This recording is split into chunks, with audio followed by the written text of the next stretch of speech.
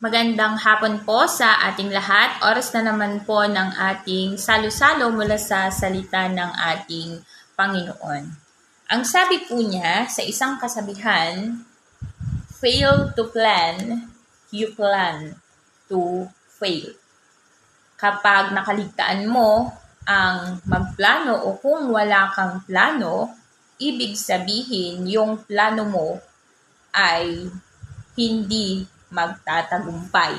At ang sabi po niya dito po sa Kawikaan, chapter 15, verse 22, ang sabi po niya rito, ang isang balak na mabilis ay di papakinabangan, ngunit ang planong pinag-aralan ay magtatagumpay. Without counsel, plans fail, but with many advisors, they succeed. At dito rin sa Proverbs chapter 20, verse 18, ang sabi po niya rito, ang mabuting payo ay kailangan para magtagumpay.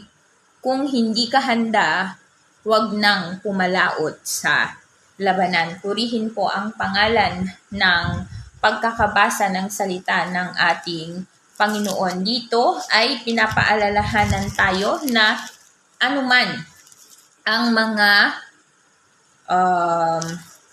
kinakailangan nating gawin, anuman ang mga balak natin, anuman ang mga naisin natin, kinakailangan natin ang paggabay ng Panginoon at kinakailangan natin ang mga paggabay ng mga taong nakakataas sa atin, ang mga taong alam natin na binigyan ng kakayanan o ng karunungan ng Panginoon sa mga aspetong ito, mga kapatid. At ang sabi po niya dito sa Kawikaan, Proverbs chapter 11, verse 14, sa kakulangan ng tuntunin, ang bansa ay bumabagsak, ngunit sa payo ng nakararami, tagumpay ay tayak. Where there is no guidance, a people falls, but in an abundance of counselors, there is safety. In the counsels of many, there is safety. Kaya sa lahat sana ng mga balakin natin, tayo ay humingi ng mga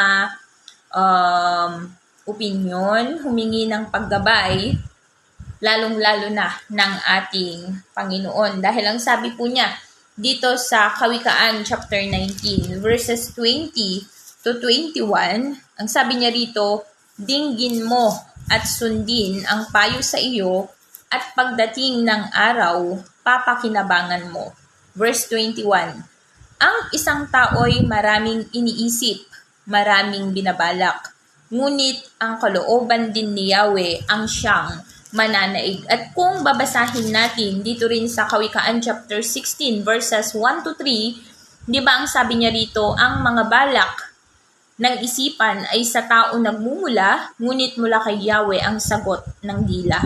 Ang akala ng tao ay tama ang kanyang kilos, ngunit sa tunay niyang layon, si Yahweh ang nakakatalos. Ipagkatiwala mo kay Yahweh ang iyong mga gagawin at magtatagumpay ka sa lahat ng iyong mga layunin. Purihin po ang pangalan ng ating Panginoon. Kaya sa lahat sana ng ating mga gagawin, sa lahat ng mga ninanais natin, ipagkatiwala natin sa Panginoon, anuman ang mga desisyon na ating gagawin, hilingin natin ang paggabay ng ating Panginoon, hilingin natin ang kanyang pagpatnubay sa pamamagitan ng kanyang mga salita, sa pamamagitan ng mga taong pinagkakatiwalaan natin na ginagamit ng Panginoon bilang instrumento para tayo ay gabayan, mga kapatid. At sa mga kabataan din, hindi po ba tayo ay pinapaalalahanan na palaging magpagabay sa ating Panginoon? Alam kong marami tayong mga plano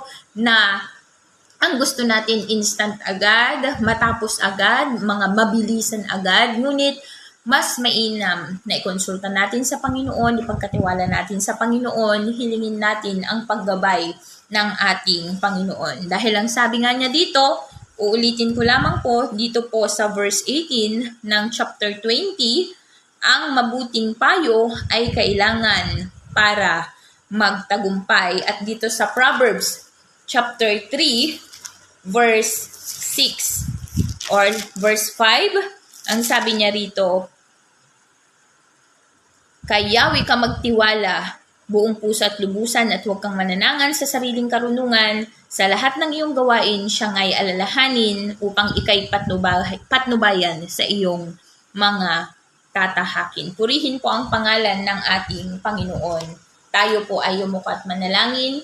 O aming Ama, maraming salamat po sa iyong mga paalala sa bawat isa sa amin.